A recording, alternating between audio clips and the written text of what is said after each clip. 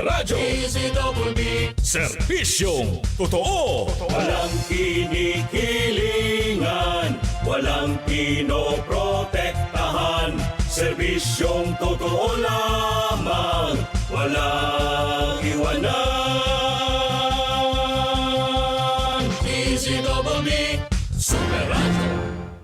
DZBB, Super Radio. Number 1. GMA Super Radio DZBB Balitang Tama, Balitang Totoo.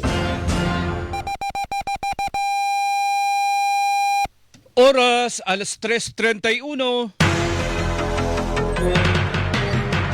Nananatili po siya sa kustodiya ng Czech Republic at isinasagawa natin ang lahat ng mga kinakailangang hakbang para sa kanyang pagbalik dito sa Pilipinas. Inutusan ko ang Department of Justice kasama ang Department of Foreign Affairs na pangunahan ang pakikipag-ugnayan sa mga otoridad ng Czech Republic upang matiyak na maayos at naayon sa proseso ang lahat ng kinakailangan. We will bring Saldico home and we will do so in accordance with the law. He will answer to the Filipino people. Inutusan ko ang department. Ang ganitong mga proseso ay may sinusunod na mga legal na hakbang sa pagitan ng mga bansa.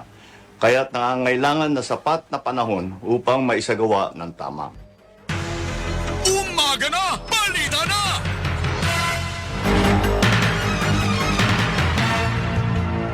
Ngayon ay araw ng Martes, ika-21 sa buwan ng Abril, taong 2026. Magandang umaga Pilipinas, narito ang mainit at komprehensibong mga balita dito lamang sa Umaga na, Balita na. Sa ngalan ni Mau de la Cruz, ako po inyong kapuso, Alan Gatus. Sa ulo ng mga nagbabagang balita, malakihang rollback sa presyo ng kada litro ng diesel ipatutupad ng ilang kumpanya ng langis ngayong araw. Presyo kada litro ng gasolina at kerosene, mayroon ding rollback. Panibagong bawas presyo sa kada kilo ng LPG ipatutupad ng kumpanyang Regasco ngayong araw. 10 pisong dagdag pasahe sa mga pampaserong jeep inihirit ng grupong Piston sa LTFRB sa gitna ng krisis sa langis. Pag-aaral para sa aumento sa sahod ng mga manggagawa sa Metro Manila uumpisan na sa susunod na buwan ng National Wages and Productivity Commission. Pangulong Bongbong Marcos nangakong ibabalik sa bansa si dating Congressman Saldico ng naaayon sa batas. High-level coordination team ipadadala ng Czech Republic kung saan naaresto ang puganting dating mambabatas. Commission on Audit ipinababalik ang nasa 375 million pesos na halaga ng confidential funds ng tanggapan ni Vice President Sara Duterte. Trust at performance rating ni Pangulong Bongbong Marcos tumaas nitong unang bahagi ng 2026. Vice President Sara Duterte napanatili ang kanyang trust rating pero bumaba ang performance rating batay sa survey ng Okta Research. Umaga na! Balita na! Magpapatupad ng bawas presyo sa kada litro ng mga produktong petrolyo ang ilang kumpanya ng langis ngayong araw. Batay sa anunsyo ng kumpanyang Shell at Sea-Oil, bababa ng 24 pesos at 74 na sentimo ang presyo ng kada litro ng diesel, 3 piso at 41 sentimo sa kada litro ng gasolina at 2 piso sa kada litro ng kerosene. Ipatutupad ang rollback sa presyo ng mga produktong petrolyo alas 6 ng umaga mamaya. Ito na ang ikalawang linggong bumaba ang presyo ng kada litro ng langis mula nang sumiklab ang gulo sa gitnang silangan. Umaga na! Balita na! Nilinaw ng Department of Energy o DOE na ang pagtatakda ng pamahalaan kung magkano ang dapat itaas o ibaba ng presyo sa produktong petrolyo ay alinsunod sa umiiral na State of National Energy Emergency sa bansa. Ayon kay Energy Secretary Sharon Garin, layon nitong maprotektuhan ang kapakanan ng mamamayan sa gitna ng nararanasang sitwasyon at para maiwasan ang profiteering. Kaugnay nito, sinabi naman ni Rino Abad, Direktor ng Oil Industry Management Bureau ng DOE, na maharap sa parusa ang kumpanya ng langis na lalabag o hindi susunod. Maring mapatawan ang lalabag na kumpanya ng multang aabot sa 50,000 piso hanggang 300,000 piso at pagkakakulong na 3 buwan hanggang 1 taon. Sinabi naman ni Garin na sa ngayon ay sumusunod naman ang mga kumpanya sa kanilang itinatakdang presyuhan at wala pa umanong napapatawan ng show cause order kaugnay nito. Kayo'y nakikinig sa Umaga Na, Balita Na! Magpapatupad ng panibagong rollback ang kumpanyang Rigasco sa presyo ng kada kilo ng liquefied petroleum gas o LPG. Sa panayam ng Super Radio DCWB kay Arnel T., founder at presidente ng LPG Marketers Association o LPGMA, 3 piso ang kaltas sa kada kilo ng LPG na bunsod ng pagbagsak ng halaga ng crude oil. Epektibo mamayang alas 6 ng umaga ang panibagong rollback at ikatlong bawas presyo na ito habang una nang ipinatupad ang suspensyon sa excise tax para rito. Dahil dito, nasa 1,389 pesos hanggang 1,500 pesos na ang presyo ng kada 11 kilogram na tangke ng LPG, depende sa lugar. Ito mag-e-effect po bukas po ng umaga. Alas 6 po ng umaga. Alright. Magkakaroon po tayo ng third rollback po ito. 3 piso kada kilo starting tomorrow. Ito po dahil po sa pagbagsak po ng crude oil nitong nakalipas na mga araw. Dahil po dyan, nabawasan po yung ating tinatawag na shipping cost and transport cost ng LPG. Kaya po sumabay po ito sa pagbaba ng presyo ng petrolyo. Ang tinig ni Arnel T., founder at presidente ng LPG Marketers Association o LPGMA. Umaga Na, Balita Na sa Super Radio DZBB. Dinipensahan ng LPG Marketers Association o LPGMA ang lingguhang pagbabago sa presyo ng kada kilo ng liquefied petroleum gas o LPG. Kasunod nito na ipinatutupad na 3 pisong rollback sa kada kilo nito ngayong araw. Ayon kay Arnel T., founder at presidente ng LPGMA, buwanan talaga noon ang pagbabago sa presyo pero dahil sa tensyon sa Middle East na damay at naging malikot ang shipping cost at galing na kasi sa North America, Canada at Mexico ang supply. Sinabi rin ni T na sa ngayon ay mayroong 50 araw na inventaryo ang LPG ang bansa kasama na ang in-transit o mga paparating. Hindi po dati, kaya lang po ditong sa abnormality na nangyari since February 28 nung pong nagkaroon ng kaguluhan. Pati po yung shipping cost namin nadamay, hindi na po namin nagagawa ngayon yung buwanan. Ganon din po yung aming inimplement kasi nung nakaraan, hindi na rin ho naman namin nagawa yung monthly. Nagkaroon din po kami ng adjustment base po doon sa increase ng crude oil because of the shipping cost po ang tinatamaan. Well, as of now ho, habang hindi pa po normal ang sitwasyon sa Middle East, dahil pagka nag-normalize naman po ito, babalik po tayo sa monthly. Ang tinig ni Arnel T., ang founder at presidente ng LPG Marketers Association o LPGMA. Umaga Na, Balita Na! Naghain ang grupong Piston ng petisyon sa Land Transportation Franchising and Regulatory Board o LTFRB para sa 10 pisong provisional fare increase sa mga pampasaherong jeep. Iginit ng grupo na sa kanilang 35 pahinang petisyon na dapat agad may patupad ang taas pasahe dahil sa mataas na presyo ng produktong petrolyo. Ayon kay Modesto Camo di Floranda, National President ng Piston, kahit nagkaroon ng rollback ay aabot pa rin sa 122 pesos ang kada litro ng diesel. Bukod dito, mataas din umano ang halaga ng mga piyesa ng sasakyan.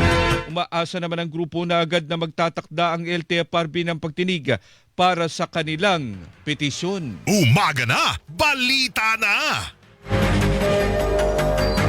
Binigyan diin ng grupong Piston na kulang pa rin ang bawas presyo sa mga produktong petrolyo at ang inaasahang rollback ngayong araw kung ikukumpara ang presyo nito bago sumiklab ang gyera sa gitnang silangan. Ayon kay Modesto Camo de Floranda, National President ng Piston, hanggang sa ngayon ay nasa 200 piso pa lang ang kinikita ng mga tsuper sa 18 oras na pamamasada kada araw. Malipit ako, no? Kaya kahit na mag-rollback sila ng 26 pieces bukas, Oo. na batay doon sa sinasabi nila, ay halos nasa abot pa rin po ng nasa 45 to 46 pesos yung taas mula doon sa February po. Samantala, kaugnay ng ikinasang tigil pasada ng grupo ngayong araw, makakasama nila ang Moto PH Coalition na binubuo ng iba't ibang pampublikong transportasyon. Sa Metro Manila, magsisimula umanong magtipon-tipon ng mga lalahok sa protesta sa Pilcoa sa Quezon City alas 7:30 ng umaga. Mamaya tatagal ang pagkilos hanggang sa hapon. Bukod sa Metro Manila, kabilang sa mga lugar na pagdarausan ang pagkilos ng pistonay ang Bacolod City, Iloilo, Cebu, Bicol, Katimugan at Gitnang Luzon at Baguio City. Ang panawagan natin na Sir Milo, yung kagyat na pagbasura nga dito sa Old Regulation Law, yung pagtanggal po sa excise tax sa kasabat, at yung kagyat na rollback sa halagang 55 pesos, na kung saan ito yung dating presyo ng February. Ang tinig ni Modesto Camo de Floranda, ang National President ng Piston. Ngayon nakikinig sa Umaga na, balita na! Inaasang mag-uumpisa na sa susunod na buwan ang pag-aaral ng National Wages and Productivity Commission para sa aumento sa sahod ng mga manggagawa sa Metro Manila. Ayon sa komisyon, kabilang sa kanilang pagbabatayan ng inflation, cost of living, employment levels, productivity trends at kakayahan ng mga kumpanya o negosyo na makapagpasweldo. Sa ilalim muna ng batas, maaaring mag-issue ang Regional Tripartite Wages and Productivity Board ng bagong wage order 1 taon matapos ang kanilang pinakahuling inilabas na kautusan, o maaari naman nilang agahan ang aumento kung may batayan. Paglilinaw naman ng komisyon, kailangan palaging balansehin ang kapakanan ng mga manggagawa at ang kapasidad ng mga kumpanya para maiwasan ang pagbabawas ng empleyado o pagsasara ng negosyo. Umaga na, balita na sa Super Radio DZBB. Nangako si Pangulong Bongbong Marcos na ibabalik si dating Congressman Saldico sa bansa ng naaayon sa batas. Kasabay ito ng kumpirmasyon ng Pangulo na nasa kustudiya pa rin ng mga otoridad sa Czech Republic, SICO. Nabatid na naaresto SICO ng mga otoridad sa Czech Republic dahil sa kakulangan ng dokumento habang papatawid sa bansang Germany nitong nakaraang Huwebes. Sa video message ni Pangulong Marcos, inatasan niya ang Department of Foreign Affairs at Department of Justice na pangunahan ang pakikipag-ugnayan sa gobyerno ng naturang bansa at magpapadala ang Pilipinas ng High-Level Coordination Team para tutukan ang proseso hinggil kay Ko.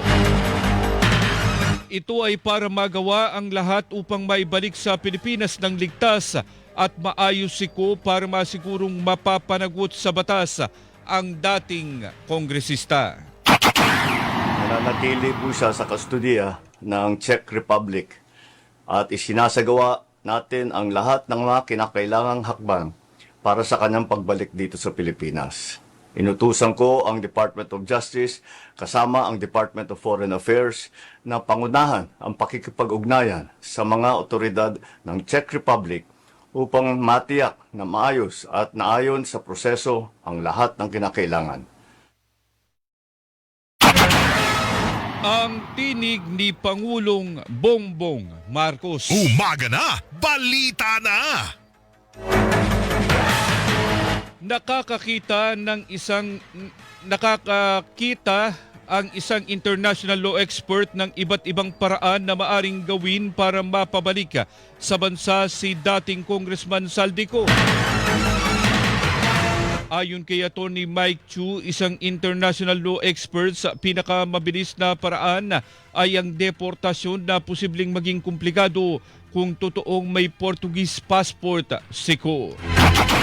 This is a sovereignty question. It's a non-national of the country who is entering the country and is not documented and has no right to be there. No, so especially if there is no passport, which is the most critical requirement apart from the visa. It will be complicated if Portugal will intervene because it has a right to protect its national. May dalawa siyang pwedeng argue na malaki. Yung una is violation of his private life, Article 8 ng European Convention. Bukod pa ito sa kung ano man ng nasa Portuguese Constitution. Sinabi rin ni Chu na isa pang paraan para mapauwi si Ko ay sa pamagitan ng mutual legal assistance at diplomasya sa paglutas ng issue kung saan karaniwang nagkakaisa mga bansa dahil sa prinsipyo ng pagkakapantay-pantay ng mga estado sa international law. States really respect each other because in international law, magkapantay sila. They are equal in status. So if walang rason ang isang estado kung saan matatagpuan yung tao dahil hindi siya citizen or national, so walang rason na protektahan siya more than the usual due process, then irerespeto niya yung kanyang kapantay na estado na nanghihingi ng tulong, in this case the Philippines. Dagdag pa ni Chu, posible ring gamitin ng gobyerno ang United Nations Convention Against Corruption o UNCAC kung saan kapwa signatories ang Pilipinas at Czech Republic. Nakasad dito na maaaring magtulungan ng mga estado sa mga investigasyon at proceedings na may kinalaman sa korupsyon. Kayo'y nakikinig sa Umaga Na, Balita Na! Oras alas 10:47 ng umaga, labanan ng fake news, dapat totoo. Umaga Na, Balita Na! DZBB Super Radio #1. GMA Super Radio DZBB Balitang Totoo. Pakinggan ngayong Biyernes sa Suma sa Puso. Tanong ko lang po, paano po kung bumalik si Martina? Bumalik sa buhay ko, sa buhay natin. Paano kung maging kami ulit? Ayos lang po ba sa inyo? Kasi nung nakita ko siya kanina, iba po yung naramdaman ko eh.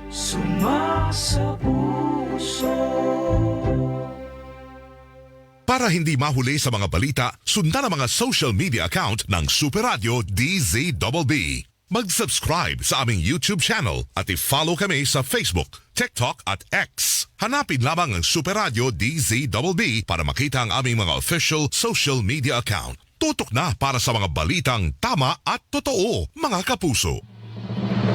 Nangunguna sa Mega Manila ang GMA Radio sa buwan ng Marso ayon sa AGB Nielsen Media Research.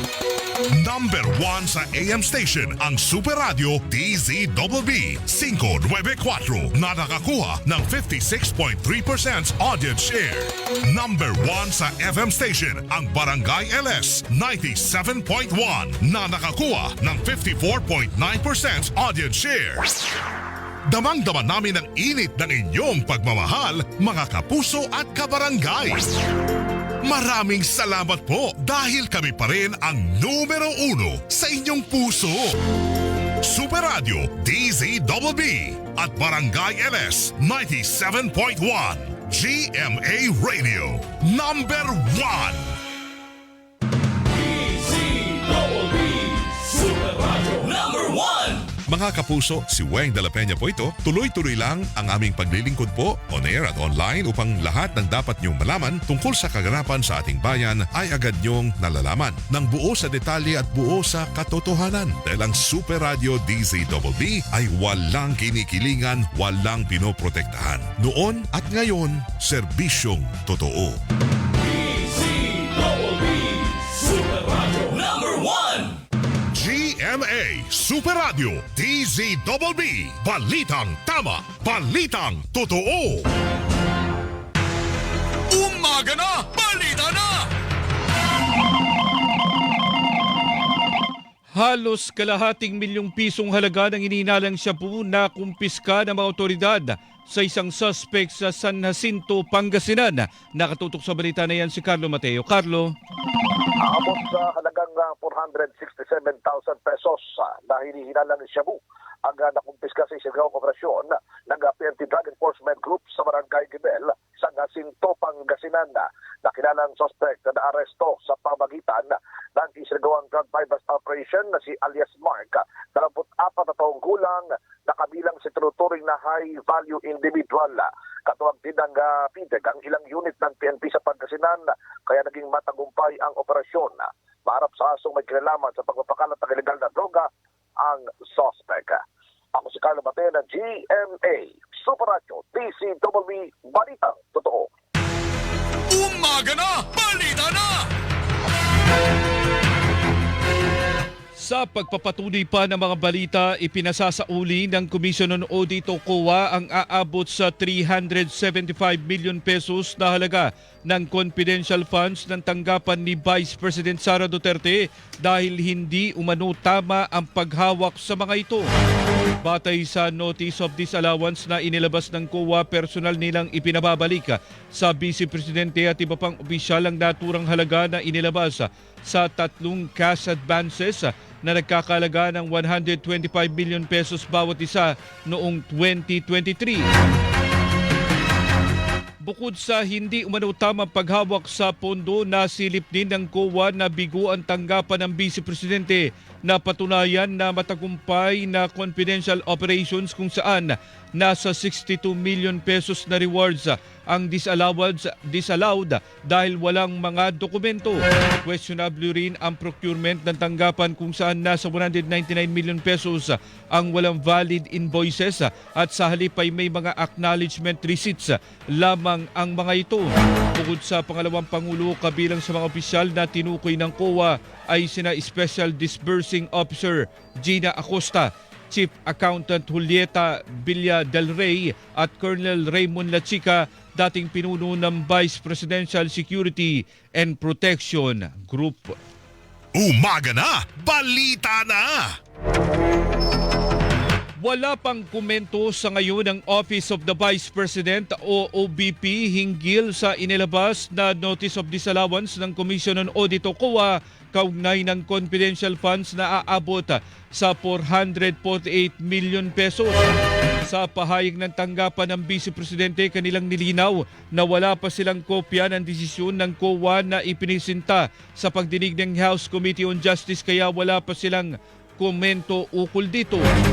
Una nang lumabas sa media na base sa Notice of Disallowance, ipinababalik ng COA sa OVP ang 375 million pesos na confidential funds dahil sa hindi umano tamang paghawak dito, kabiguan na mapatunayang matagumpay ang mga confidential operations at mga questionabling procurement o pagbili. Ibinasura na rin ng COA ang apela ng tanggapan ukol sa pagsasaoli ng 73 million pesos na confidential funds noong 2022. Kayo'y nakikinig sa Umaga na, Balita na! Sa ibang mga balita, tumaas ang trust and performance rating ni Pangulong Bongbong Marcos nitong unang bahagi ng taon batay sa tugon ng masa survey ng Okta Research sa 1,200 respondents noong March 19 hanggang 25. Umakyat sa 54% ang trust rating ng Pangulo mula sa 48% lang noong huling bahagi ng 2025.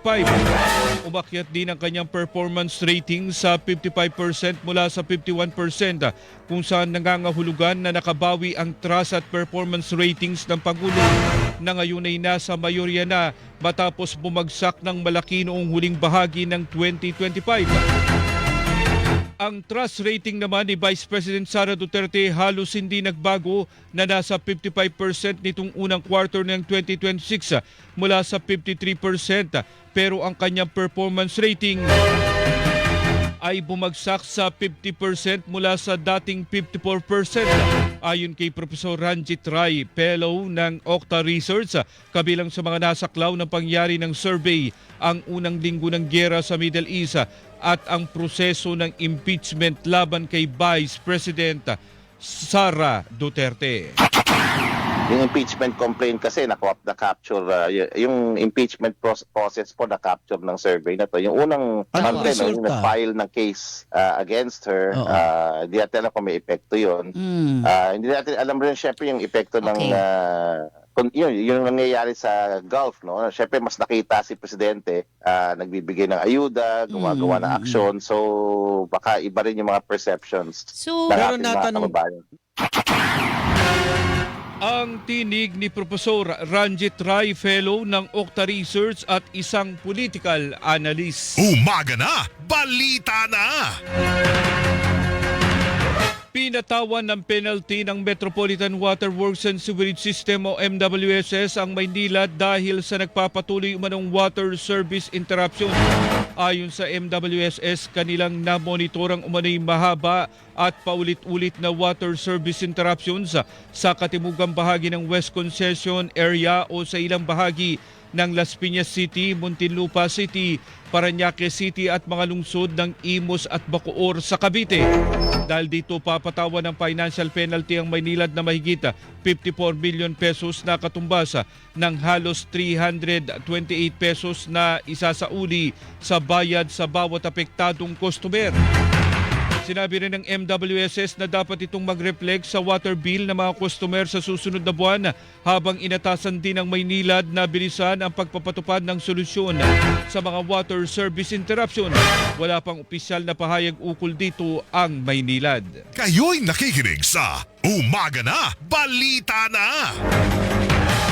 Muling nakapagtala ang Quezon City Police District o QCPD ng insidente ng gas and run kahapon ng madaling araw sa isang gasolinahan sa Payatas, Quezon City.